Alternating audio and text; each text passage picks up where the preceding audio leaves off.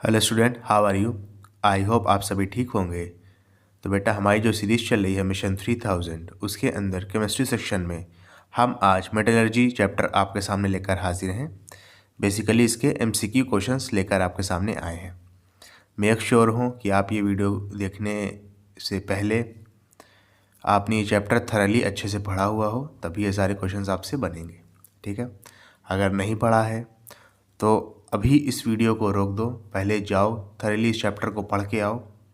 ठीक है, उसके बाद ये सारे क्वेश्चंस देखोगे तो आपकी जो तैयारी है बोर्ड्स के प्रति वो और बढ़ेगी। ठीक है, और तो मैं चीज़ें साथ साथ बताता चलूँगा, लेकिन वो चीज़ें वही लोग कैप्चर कर पाएंगे जिन्होंने चैप्टर पढ़ा हुआ होगा। ठीक है, सीधी बात करता हूँ मैं, व्यूज़ का मुझे बहुत ज़्यादा लालच है नहीं। अभी जो वीडियोस बना रहा हूँ उस पर ज़्यादा व्यूज़ आ भी नहीं रहे हैं। आई डोंट नो क्यों नहीं आ रहे हैं। ठीक है, क्योंकि ज़्यादातर बच्चे यही कहते हैं कि सर आप वन शॉट बनाइए। बेटा, मेरे पास प्रॉपर सेटअप नहीं है, और अगर कॉपी पेन पे बना भी दूंगा ना तो आप लोग देखोगे नहीं। आप वन शॉट का मतलब क्या होता है कि एक बार में चीज़ें सारी क्लियर क्रिस्टल हो जाएं। ठीक है, आपको एक पूरा पूरा आइडिया मिल जाएगी चैप्टर में क्या क्या चीज़ें हैं, कहाँ से क्वेश्चंस बन सकते हैं, उसको कहते हैं वन शॉट। जिनके पास प्रॉपर सेटअप है वो बना रहे हैं, आप चाहे उनका देख लीजिए, या आपको जो भी अच्छा लगता है पूरे यूट्यूब पे आप उनका देख लीजिए। आगे फिर ये क्वेश्चन करिए। क्वेश्चन की वीडियोस कोई नहीं बनाता, आपने देखा होगा। बहुत ज़्यादा होगा तो इंपॉर्टेंट क्वेश्चंस की बना देंगे, ऐसे 1 बाय 1 करके कोई नहीं बना रहा अभी तक फ़िलहाल यूट्यूब पे मैंने किसी का नहीं देखा है। तो आप ये सारी चीज़ें देखिए, आपको बेनिफिट होगा, लेकिन मेक श्योर हो कि पहले आपने चैप्टर पढ़ा हुआ हो। और ये सारी चीज़ें थोड़ा सा टाइम लेंगी बेटा। ठीक है, एग्ज़ाम के एक दिन पहले आओगे तो जाहिर सी बात है फिर ये सब देख ही नहीं पाओगे, इतना टाइम ही नहीं बचेगा। अभी से देखोगे, जैसे मेरे ख्याल से अब जनवरी है 2 दिन बाद। ठीक है, अभी दिसंबर है, आज 31 दिसंबर है, तो जनवरी है, कल ही आ जाएगा मेरे ख्याल से जनवरी, 2 दिन बाद कहाँ। तो अगर अभी से आप देखोगे ना ये सारी चीज़ें तो आपको हेल्प होंगी। ठीक है, चलिए बहुत बातें कर लिया, क्वेश्चन स्टार्ट करते हैं, वरना आप कहोगे सर आप तो टाइम वेस्ट कर रहे हो। देखो पहला क्वेश्चन क्या कह रहा है, लिखा है an element of an organic compound found in nature is known as.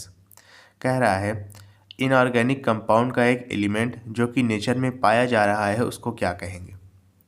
अब कुछ बच्चे कंफ्यूज हो जाएंगे कि सर मिनरल भी होता है और भी होता है। ठीक है, तो देखो,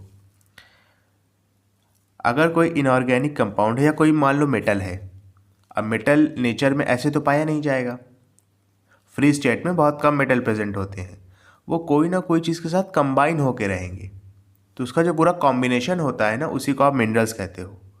मिसाल के तौर पे कैल्शियम है, कैल्शियम कभी भी फ्री स्टेट में नहीं पाया जाता है क्योंकि बहुत रिएक्टिव होता है, तो वो चूने के फॉर्म में पाया जाता है नेचर में, कैल्शियम कार्बोनेट। समझ रहे हो, लेकिन हम सारे मिनरल्स को और नहीं कह सकते हैं। ऐसे मिनरल्स जिससे हम उसका रिस्पेक्टिव मेटल को बाहर निकाल सकें प्रॉफिटेबली, उन्हीं को सिर्फ और कहा जाएगा। समझ रहे हो, यानी मिनरल्स के अंदर एक छोटी सी कैटेगरी है, और जितने भी और हैं वो सारे मिनरल्स हैं, ये तय बात है, लेकिन जितने भी मिनरल हैं वो सारे और नहीं हैं। मिनरल्स के अंदर वो मिनरल्स जिनके अंदर से हम मेटल को प्रॉफिटेबली निकाल सकते हैं, यानी उसमें से फ़ायदा बना सकते हैं अपना बेच के, उन्हीं को हम क्या कहेंगे, उन्हीं को ओर्स कहेंगे। ठीक है, यानी मिनरल्स के अंदर एक छोटी सी कैटेगरी है और, तो इसको हम ऐसे भी कह सकते हैं कि सारे और मिनरल्स होते हैं लेकिन सारे मिनरल्स और नहीं होते हैं। आई होप मेरी बात आप समझ पा रहे हो, चैप्टर पढ़ा होगा तो बिल्कुल समझ लोगे। फिलहाल जो यहाँ पे कह रहा था कि element of an inorganic compound found in nature is known as, उसको आप क्या कहोगे, मिनरल कहोगे। ठीक है, नेक्स्ट चीज़ देखो, लिखा है an unwanted earthly material associated with ore. कह रहा है अब और ले लिया, यानी मिनरल्स के अंदर वो मिनरल्स निकाला है जिससे आप प्रॉफिटेबली मेटल्स को निकाल सकते हैं, यानी और की बात कर रहा है। कह रहा है और के अंदर कोई एक ऐसे अनवांटेड अर्थली मटेरियल, यानी ऐसी चीज़ जो गंदगी में शुमार हो, इम्प्योरिटी में शुमार हो, तो उसको क्या कहते हैं। तो उसके लिए एक टेक्निकल टर्म है, उसको कहते हैं गैंग, GANGUE, गैंग। ठीक है, चलिए नेक्स्ट क्या है, लिखा है the chemical name of bauxite ore is. Bauxite ओर, अब देखो बॉक्साइट जो है एल्युमिनियम का ओर होता है, इसका केमिकल नेम होता है हाइड्रेटेड एल्युमिनियम ऑक्साइड। फॉर्मूला होता है, लिख लो Al2O3.2H2O। ठीक है, ऑप्शन नंबर बी आपका करेक्ट हो जाएगा। फोर्थ वाला देखो, what is the number of water of crystallization in bauxite ore. कह रहा है बॉक्साइट ओर में जो वाटर ऑफ क्रिस्टलाइजेशन है यानी H2O उसका नंबर क्या है। यानी सीधा सीधा ये पूछ रहा है कि बॉक्साइट ओर में कितने वाटर के मॉलिक्यूल्स प्रेजेंट हैं। तो देखो H2O है वाटर का मॉलिक्यूल, कितने मॉलिक्यूल हैं, 2 मॉलिक्यूल हैं, करेक्ट हो गया। ठीक है, चलो नेक्स्ट देखो क्या लिखा है। ठीक है, what is the chemical formula of zincite. Zincite का केमिकल फार्मूला क्या है आपसे ये पूछ रहा है। ठीक है, अच्छा जिंकाइट नाम से ही लग रहा है, किसका और होगा बताइए। तो जिंक का होगा, तो जाहिर सी बात। अच्छा तीनों देखो जिंक का दे भी दिया गया है, आपको कंफ्यूज करने के लिए तीनों और या तीनों फार्मूला जिंक का ही दिया गया है। ठीक है, तो देखो जिंकाइट कहते हैं ZnO को, आप ध्यान रखना। ZnS को कहते हैं जिंक ब्लेंड, क्या कहते हैं, जिंक ब्लेंड। और ZnCO3 को कहते हैं कैलामाइन, ध्यान रखना। ठीक है, ये आपका क्या है, जिंकाइट है। ZnS को कहते हैं जिंक ब्लेंड, ये सारे जिंक के क्या है, और हैं। और ZnCO3 को कहते हैं कैलामाइन।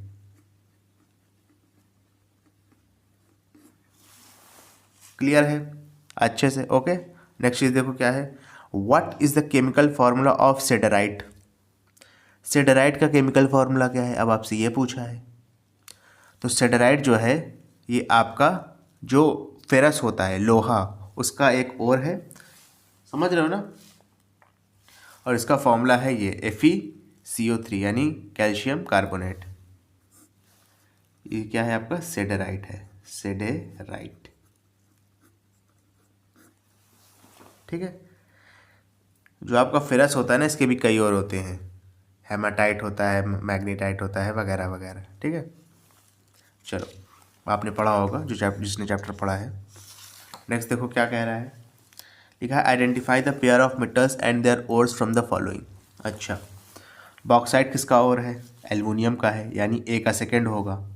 A का फर्स्ट है यहाँ पर, A का फर्स्ट है, यानी ये वाला ऑप्शन, ऑप्शन नंबर A, और ऑप्शन नंबर C तो नहीं हो सकता है, B और D में से कोई सा होगा। ठीक है, मैग्नीटाइट जो है वो आयरन का होता है, और कैलामाइन अभी बताया था किसका होता है, जिंक का होता है, यानी B का थर्ड हो जाएगा, C का सेकेंड हो जाएगा। B का थर्ड हो गया, C का क्या हो गया, सेकेंड हो गया। एक मिनट, B का थर्ड हो गया, C का फर्स्ट हो जाएगा, ऑप्शन नंबर D। क्लियर है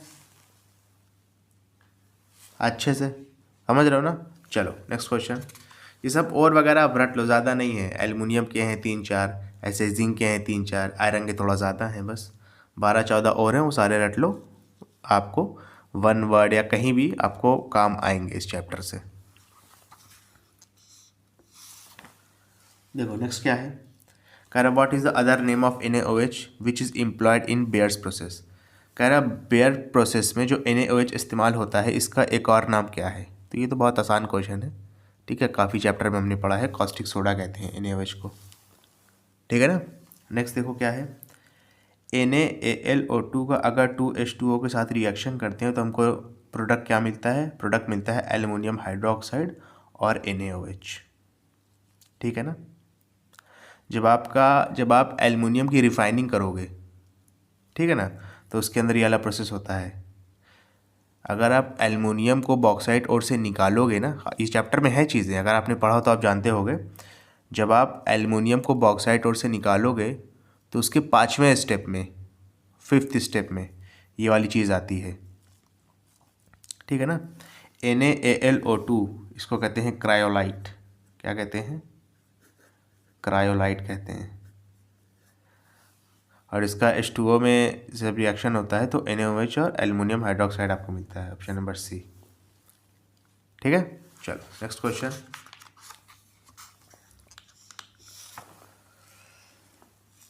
देखो क्या लिखा है, what are insoluble impurities called which are left behind in dissolving bauxite. कह रहा है जब आप बॉक्साइट ओर को जब डिज़ोल्व करते हो, ठीक है, तो जो एक इनसॉल्युबल इम्प्योरिटी मिलती है उसको क्या कहते हैं। अब फिर वही चीज़, अगर किसी ने बॉक्साइट ओर का पूरा रिफाइनिंग प्रोसेस पढ़ा है जो कि इसी चैप्टर में आपका, तो वो जानता होगा उसको क्या कहते हैं, उसको रेड मड कहते हैं। समझ रहे हो अच्छे से। चलो नेक्स्ट क्वेश्चन लिखा है aluminium hydroxide is heated at 1000 degree Celsius to produce. Aluminium hydroxide को 1000 डिग्री सेल्सियस की तकरीबन हीट किया जाता है ताकि उसमें से आप Al2O3 निकाल सकें। अभी वही चीज़ें हैं, सारी चीज़ें प्रोसेस के इर्द गिर्द ही हैं, समझ रहे हो ना। चलो नेक्स्ट क्वेश्चन,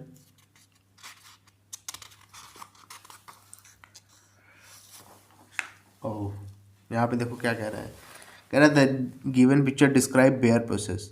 ये जो पिक्चर है ना ये बेयर प्रोसेस को दिखा रही है। कह रहा है at the precipitator AlOH thrice यानी aluminium hydroxide is obtained from which of the compound in the process.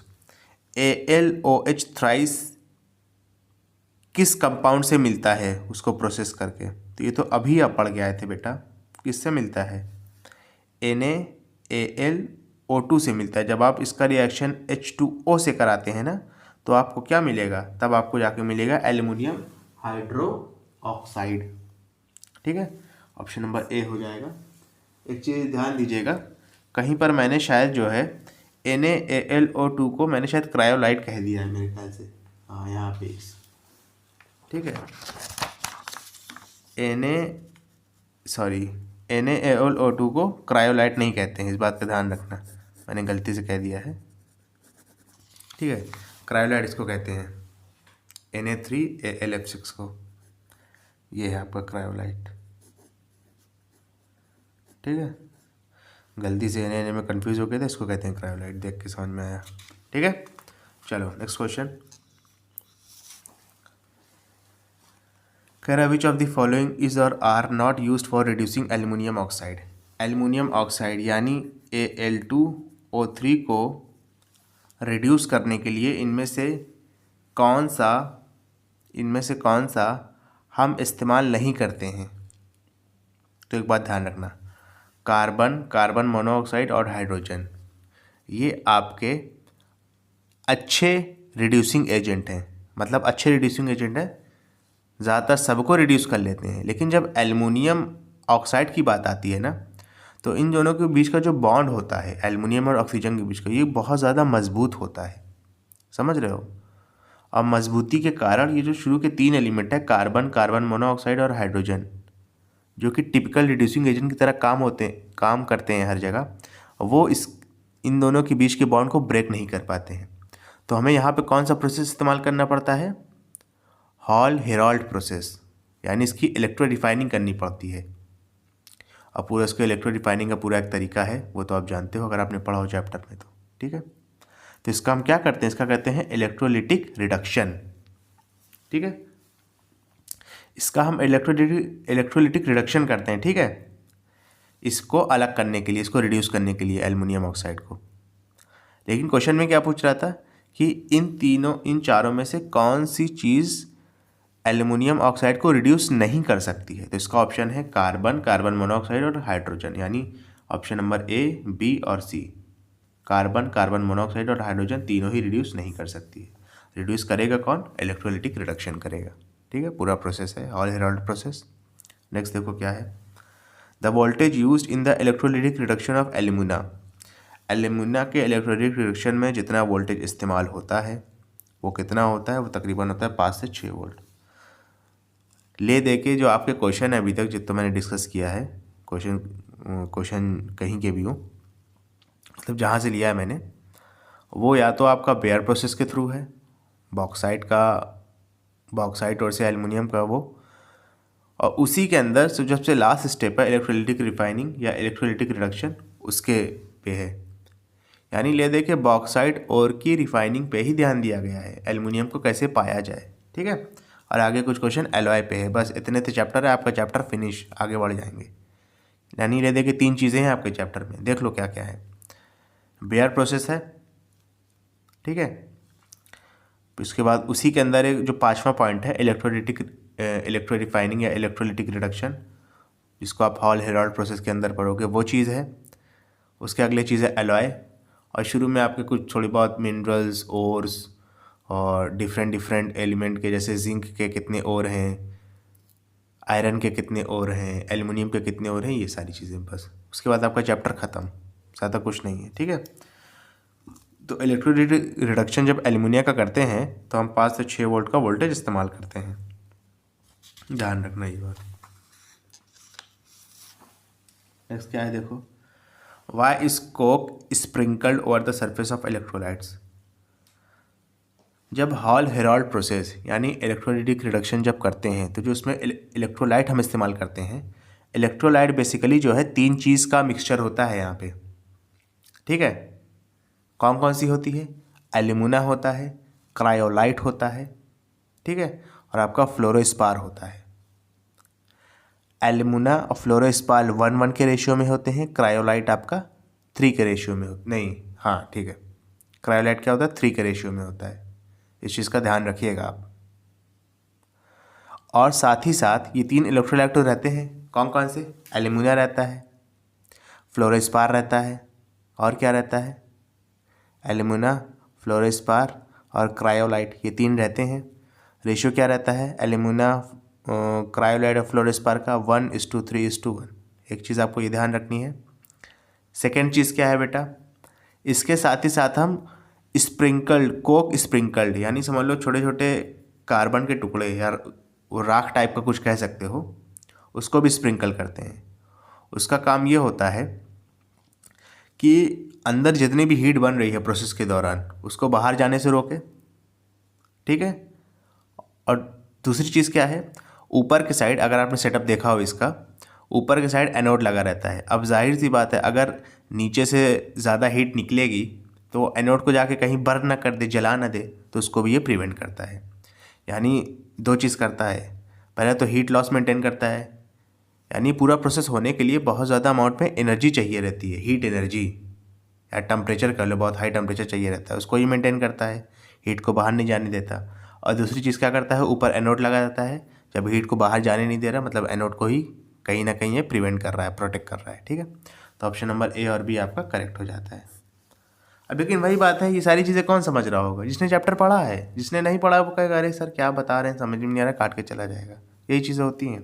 Next देखो क्या है, the molten electrolyte is kept at -degree by electrical heating in the electrolytic cell of Hall and Heroult process। फिर वही चीज़ कह रहा है कि जो इलेक्ट्रोलाइट को पिघलाते हैं, molten electrolyte, ठीक है, जिसके थ्रू आपको एल्युमिनियम मिलेगा बाद में एकदम लास्ट में, तो वो कह रहा है अंदर का टेम्परेचर कितना रहता है, तो 950 डिग्री रहता है, ध्यान रखना ये बात, ठीक है।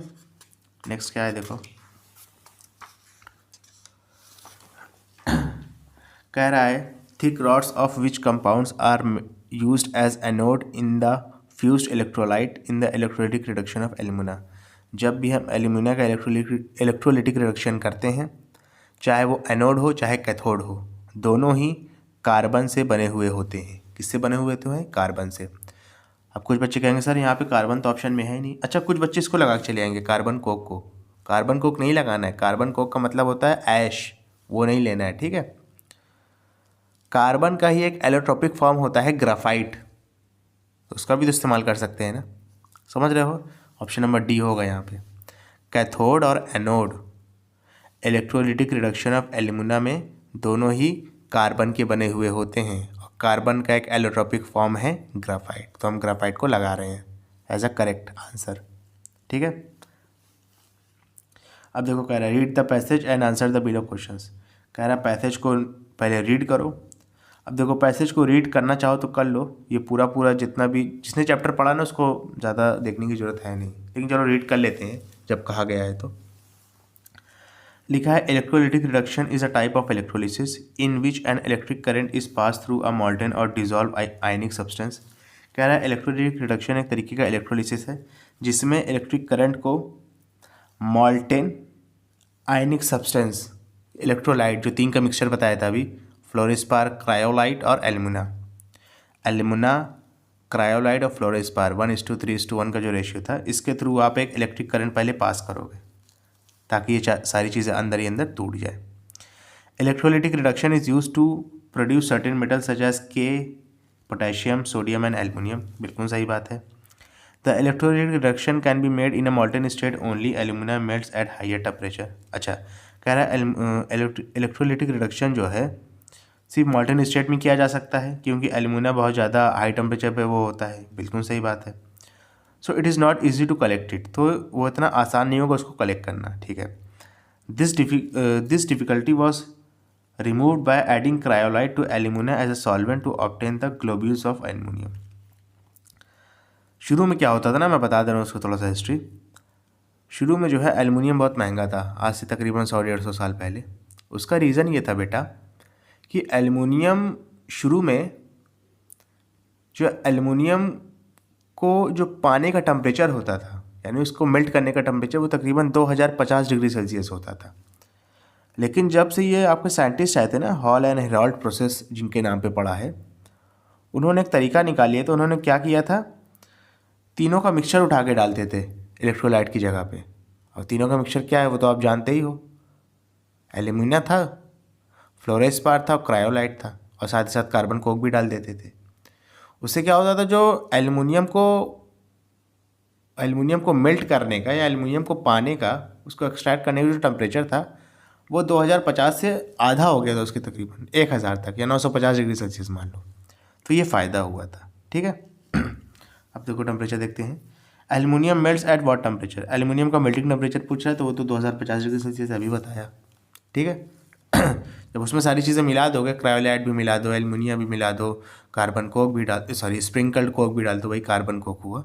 और आपका क्या था, 3 चीज़ें थी ना, फ्लोरोस्पार था, क्रायोलाइट था, एल्युमिनियम था, हाँ स्प्रिंकल कोक था।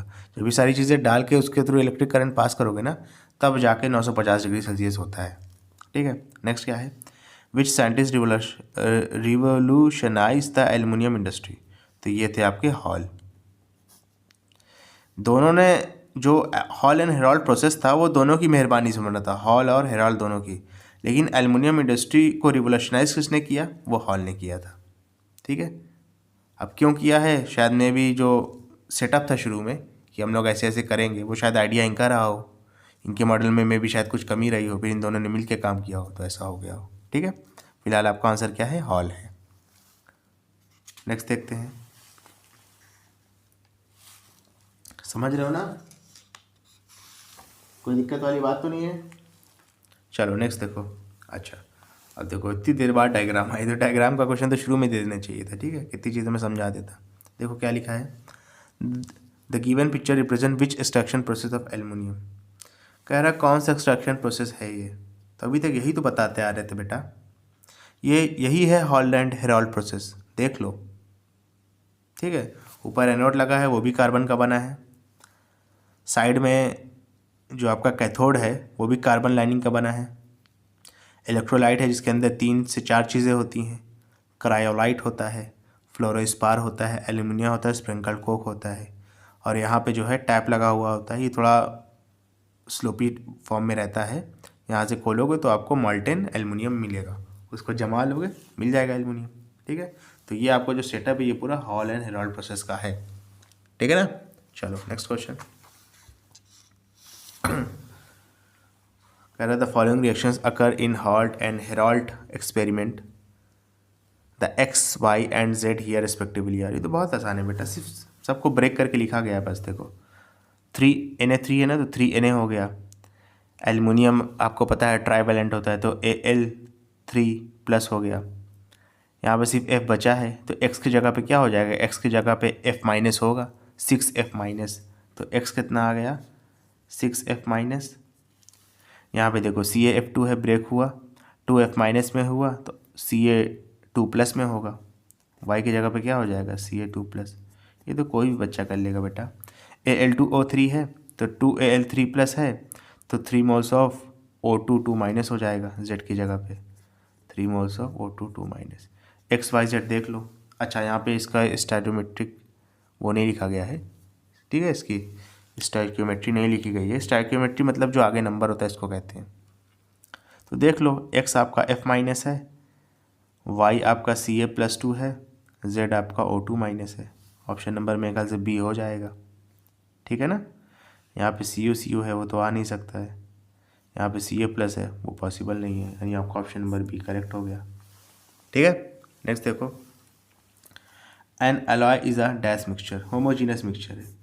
होमोजीनस मिक्सचर का मतलब ये है कि अगर आपने कोई मिक्सचर बना दिया है तो उसको उसके बाद आप दूर से देख के बता नहीं सकते हैं कि उसके कंपोनेंट क्या क्या हैं। वो दोनों एक दूसरे में बहुत अच्छी तरीके से मिल जाते हैं और दूर से लगता है ये एज अ सिंगल कंपोनेंट है। मिसाल के तौर पे, अगर आप नमक पानी का घोल लो, नमक पानी का सॉल्यूशन, उसको मिला दो अच्छे से, तो क्या दूर से बता सकते हो वो नमक दिख रहा है, वो पानी दिख रहा है, वो नमक दिख रहा है, वो पानी दिख रहा है? ऐसा नहीं बता सकते ना, दोनों एक दूसरे में घुल जाएगा अच्छे से। लेकिन वहीं पे अगर बालू और पानी लोगे तो बालू कुछ देर बाद क्या होगा, पानी के नीचे जाके प्रेसिपिटेट हो जाएगा, बैठ जाएगा। उसको आप बता सकते हो कि नीचे बालू है, ऊपर पानी है, तो उसको हेट्रोजीनस मिक्सचर कहेंगे। जिसको आप दूर से देख के बता सको वो हेट्रोजीनस मिक्सचर है, जो एक दूसरे में अच्छी तरीके से घुल जाए वो है होमोजीनस मिक्सचर। तो जो एलॉय होता है वो आपका एक होमोजीनस मिक्सचर होता है। अच्छा, एलॉय होता क्या है? दो मेटल को मिला करके या दो नॉन मेटल को मिला करके या मेटल और नॉन मेटल को मिला करके जो हमको सब्सटेंस मिलता है ना, उसको एलॉय कहते हैं। एलॉय की ड्यूरेबिलिटी प्योर मेटल या प्योर नॉन मेटल के मुकाबले में ज़्यादा होती है। अब जाहिर सी बात है, मेरे अंदर कुछ खासियत है, आपके अंदर कुछ खासियत है, अगर हम दोनों मिल के कोई काम करेंगे ना या कोई चीज़ बनाएंगे, तो वो जो चीज़ बनेगी ना उसके अंदर हम दोनों की खासियत होगी, तो वो चीज़ ज़्यादा बेहतर होगी हम दोनों के मुकाबले में। समझ रहे हो ना, ये चीज़ होती है।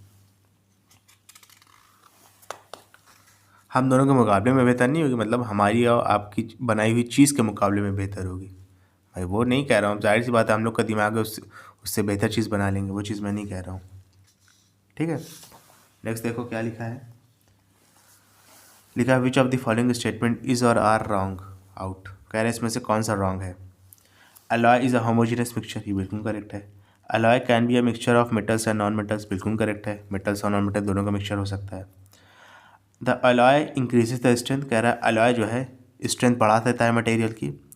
और कोरोजिविटी कोरोजिविटी मतलब समझते हो, मतलब जो आपका मेटल ख़राब होने लगता है ना, मिसाल के तौर पे कॉपर हो गया, जिंक हो गया, और आपका एल्युमिनियम कह रहा हूँ, आयरन हो गया, ये सबको अगर आप खुली हवा में छोड़ दो ना तो ये जंग खाने लगते हैं, तो उसी को कहते हैं कोरोजिविटी।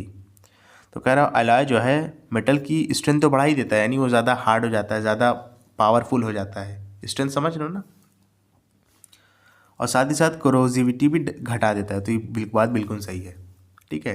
कोरोजिविटी भी घटाता है और आपका स्ट्रेंथ भी बढ़ा देता है, तो तीनों ऑप्शंस करेक्ट हैं, ठीक है।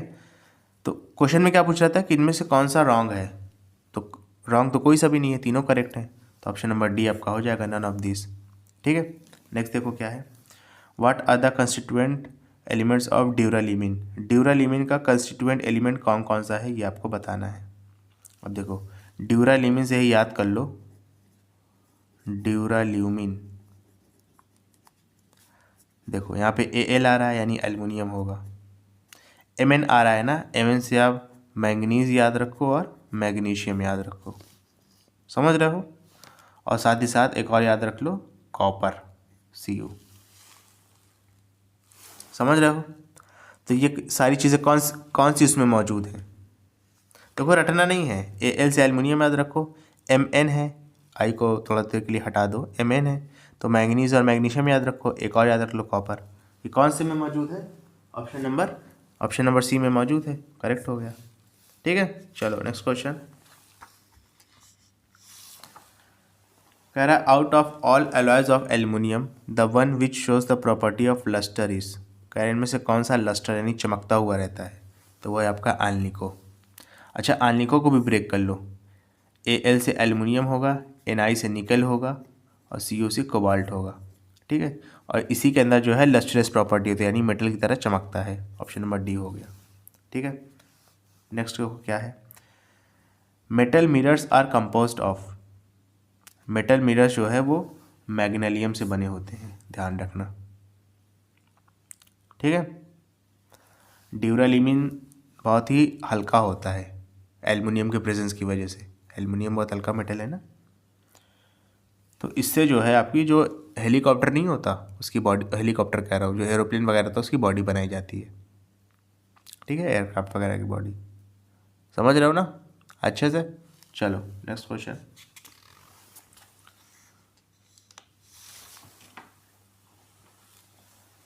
देखो क्या लिखा है।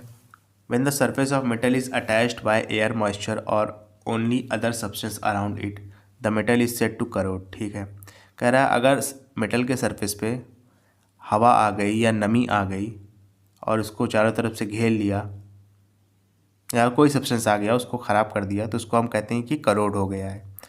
The effect of corrosion on different metals leads to the formation of different compound. कह रहा है डिफरेंट मेटल्स पे जब करोजन होता है तो उसके ऊपर जो है मेटल्स के सरफेस पे डिफरेंट डिफरेंट कंपाउंड बनाता है। कह रहा है which of the following is the correct pairs of metal and its corroded compound. कह रहा है इनमें से कौन सा पेयर करेक्ट है। तो देखो कॉपर पे जब भी ये हवा पानी आता है ना तो वो बनाता है मिक्सचर कॉपर हाइड्रोक्साइड और कॉपर कार्बोनेट का। ठीक है, और यहाँ पे तो CO3 दिया है, CO दिया है, तो ये तो रॉन्ग हो गया, यानी P आपका सही नहीं होगा। ये बनाता क्या है देख लो, कॉपर हाइड्रोक्साइड, ठीक है ना, और कॉपर कार्बोनेट का मिक्सचर बनाता है ये, अगर ये हवा पानी के कांटेक्ट में आता भी है तो। ठीक है, ये बिल्कुल सही है। फेरस Fe2O3.XH2O, इसको आप रस्टिंग कहते हो, तो ये करेक्ट है। अगर सिल्वर अगर हवा पानी के कांटेक्ट में आता है या pollutant like H2S hydrogen sulphide के कांटेक्ट में आता है तो ये ब्लैक हो जाता है। चांदी देखना कभी काली हो जाती है अगर उसको बहुत दिन के लिए छोड़ दो हवा पानी में, ठीक है, और Ag2S बन जाता है। तो यानी Q और R आपका करेक्ट है, बोथ Q एंड R। ठीक है, थ्योरेटिकल क्वेश्चन है, अगर पढ़ा हुआ है तो फौरन बता दो, कि वरना मैंने बता ही दिया क्या क्या बनता है। नेक्स्ट देखो क्या है। The roasted metal oxide is reduced by reducing agent if present in forms oxides which of the statement is correct with respect to reduction and reducing agent. अच्छा चलो बता देते हैं। लिखा है oxides of KNaCaMg can not be reduced by CO और H2। कह रहा है पोटेशियम के ऑक्साइड, सोडियम के ऑक्साइड, कैल्शियम के ऑक्साइड, मैग्नीशियम के ऑक्साइड, कार्बन मोनोऑक्साइड, ये कोबाल्ट नहीं है, कार्बन मोनोऑक्साइड होगा CO, और हाइड्रोजन से रिड्यूस नहीं हो सकती है। क्या ये सही बात है? तो ये बिल्कुल सही बात है। इसका रीज़न ये है कि पोटेशियम के ऑक्साइड, सोडियम के ऑक्साइड, कैल्शियम के ऑक्साइड और मैग्नीशियम के ऑक्साइड, जो इन दोनों के बीच का बॉन्ड होता है ना, मैग्नीशियम ऑक्सीजन के बीच, कैल्शियम ऑक्सीजन के बीच, सोडियम ऑक्सीजन के बीच, पोटेशियम ऑक्सीजन के बीच, ये बहुत ज़्यादा स्ट्रांग होता है। तो इसको हम सिर्फ हॉल्ट हेरॉल्ड प्रोसेस के थ्रू इसको पा सकते हैं। ठीक है, यानी इसका इलेक्ट्रोलाइटिक रिडक्शन करना पड़ेगा, इसको रिड्यूस करना है, तो ये सारे रिड्यूसिंग एजेंट काम नहीं आते हैं। ठीक है ना। नेक्स्ट देखो क्या लिखा है। The highly reactive metal can be used as reducing agent. कह रहा है हाईली रिएक्टिव मेटल, यानी अगर इनसे भी ज़्यादा अगर कोई हाईली रिएक्टिव मेटल है, नहीं इसकी बात नहीं कर रहा, अलग स्टेटमेंट दिया, सॉरी। लिखा है the highly reactive metal can be used as reducing agent. कह रहा है बहुत ज़्यादा highly reactive metal as a reducing agent इस्तेमाल हो सकता है, तो बिल्कुल हो सकता है।